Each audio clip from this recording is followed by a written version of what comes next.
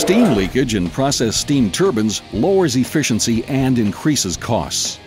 Conventional carbon seals are weak, brittle, and wear quickly, causing them to become ineffective within a short period of time.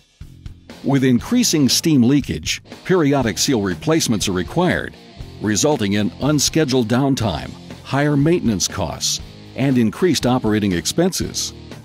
The Inpro Seal Sentinel Floating Brush Seal effectively seals process steam turbines, with replacement intervals 3 times longer than those of carbon rings, while providing a stable leakage reduction.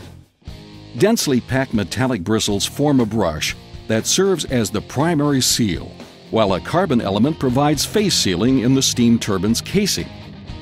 Designed as a drop-in replacement for carbon rings, the Sentinel Floating Brush Seal utilizes a split design that does not require rotor removal or costly casing modifications.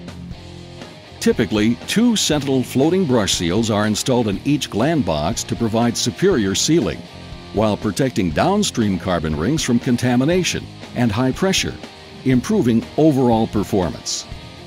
Enhance steam turbine efficiency, increase uptime, and decrease total costs with the Sentinel Floating Brush Seal from Inpro Seal.